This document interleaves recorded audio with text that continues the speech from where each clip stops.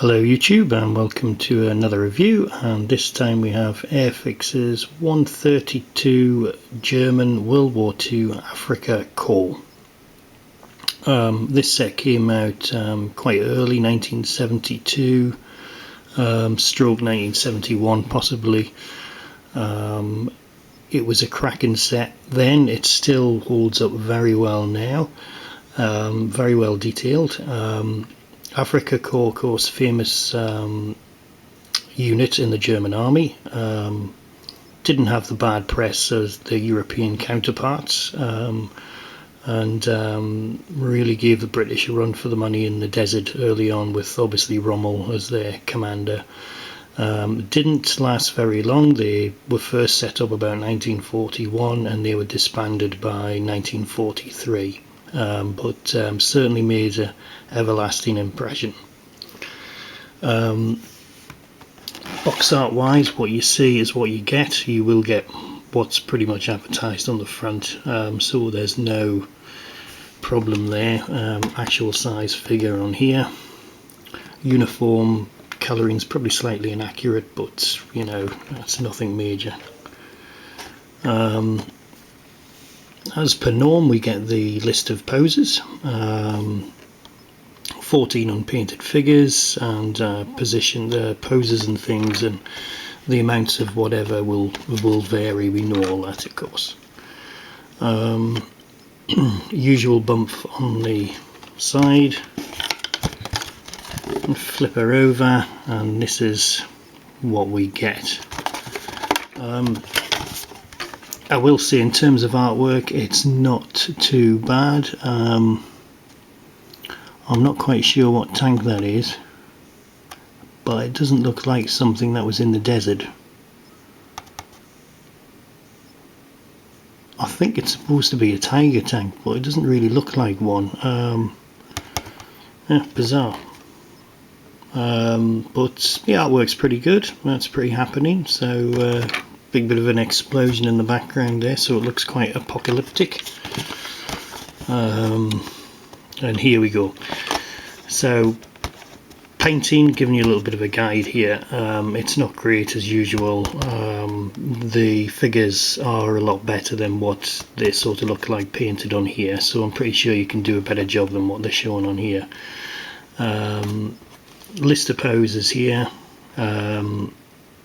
You don't get massive amount of poses. The 172 set is obviously much better. There's a lot more poses in there, and it's a very good set, the 172 set. But there's certainly enough good figures in this one to certainly count it as another classic by AIRFIX.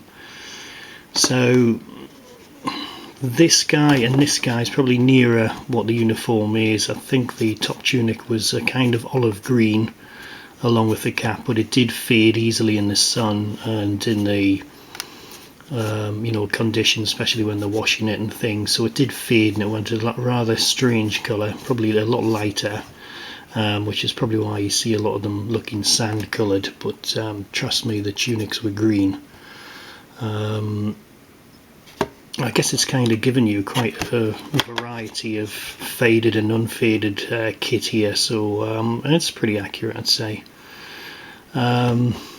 Boots, I think they did prefer tall boots, and baggy pantaloons just for ventilation, so yeah, that's pretty accurate as well, but I'm pretty sure they would have stripped the shorts where possible. So let's move that out of the way. Now, so here we go with the first figure. Detailing wise, yeah, I'd say these are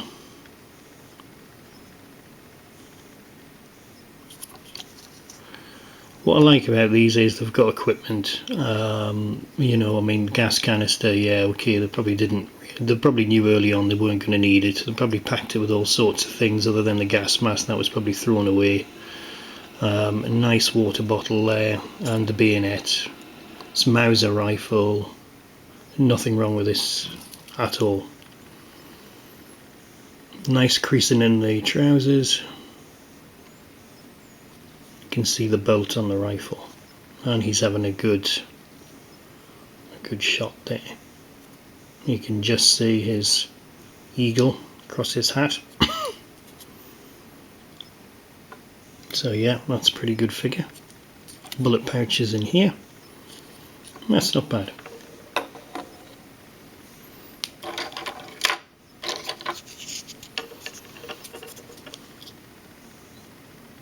Now this one, different kettle of fish. He's a bit more detailed, this chap. In terms of quality, I'd say he's slightly better. We've got grenades stuffed in his belt, we've got his ammunition pouches for his rifle, his shirt is open, for instance. He's got a, his hands are quite, prominent. He's got his stick grenade, water bottle, clenched fist here. And he's got a feeling of movement, so he's leaning into that throw. On the back, he's great as well. So that's a good figure. He's got an injector pin mark there. Nice sculpt of the rifle. Very, very good. And no problem with this guy. That's good. It probably isn't going to take me long to do this one. There isn't many poses in this one. So here we have our guy with his, and I'll just mention the hat here because the Germans didn't like the steel helmet. It was just too hot and sweaty, so they were issued with this, their cap, which I think had a couple of slats in the side of it just for extra ventilation. But he's probably about the same as the first figure. He's got enough detail on there. He's not going to wow you with his amazing sculpt, but he's pretty good. He's workmanlike, and that's what you need. So he's rushing to the front. He's got his nice bayonet here. His bottle, gas canister, ejector pin mark. Yeah, nothing much to say about him. He's pretty ordinary, but he's purposeful, and he's got enough equipment on there for not warrant one of my moans. So I'll cut to the chase on this. So in the 132 original sets, you got issued these ammo boxes, and they're still issuing them now. So these are ammo boxes for the guy firing the MG42. Now in some of these boxes you could get 2, some boxes you'll get none, and some you'll get 4, so it's hit and miss. I got 2, so there you go. But yeah, little bonus, you get these. Let's do this chap here. So again, little touches like this. He's got a couple of stick grenades just stuffed through his belt there. And yes, British infantry, I'm talking about you again. You had nothing. But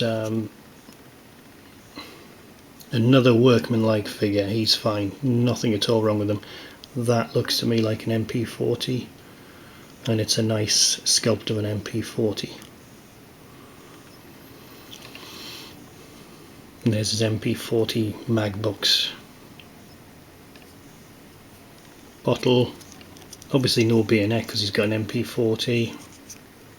Pantaloons, nice creasing. That's good.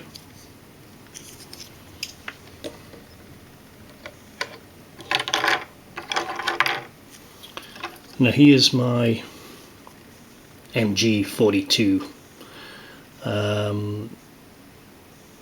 I never liked this guy, and I think it was because of this. It just never looked like bullets. It looked like someone had thrown a necklace around him. But that's me. I like a good moan. You'll find with the recents there's a lot of warping on the barrel, so you've got to straighten that out. Having said that, the barrel itself is quite good. We've got some quite good detail on the gun, and you can certainly tell this is an MG42. It disappears on this side so it sort of blends in a bit, but really if you turn it around you get a bit more detail on the other side. So hit and miss each side. He's still a good figure. I mean, I'm being a bit critical. I mean, you know, he's got all the stuff he should need, and obviously he's got those ammo crates as well to go with him, so yeah. And he's detailed underneath. They didn't have to bother, but they did. So yeah, not bad, not bad.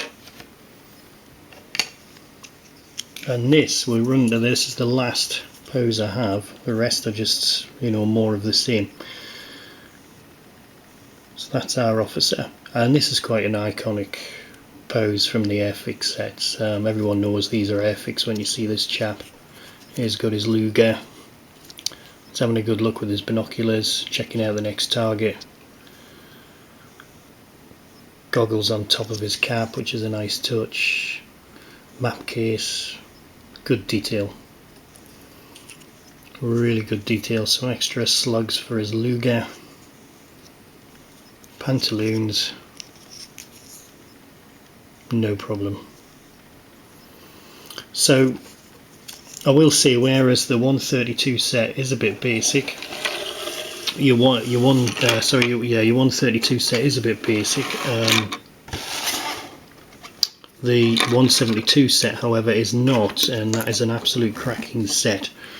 There's lots of poses in there, extra ones than what you get in this one, so that is actually well worth a purchase. Having said that, for 132's sake, this is a good set. Its counterpart set, which is the 8th Army, British 8th Army, is quite a boring set. Nothing much going on with that set, which is a shame. And I always preferred the Matchbox 8th Army set to the AIRFIX one. But certainly AIRFIX's Afrika Korps set is really good at this scale. It's a very good set. So well worth a buy. And I got this at this toy shop, so I paid a little bit more, but I don't mind if it keeps them going, and it's nice to have a rake through stuff. That was the infamous Afrika Korps, and that is a really good set for its age. Like I say, it came out about 1971-72. It's a really good set, and quite a good addition to the range. So thank you for watching, and we will see you soon. Thank you. Bye.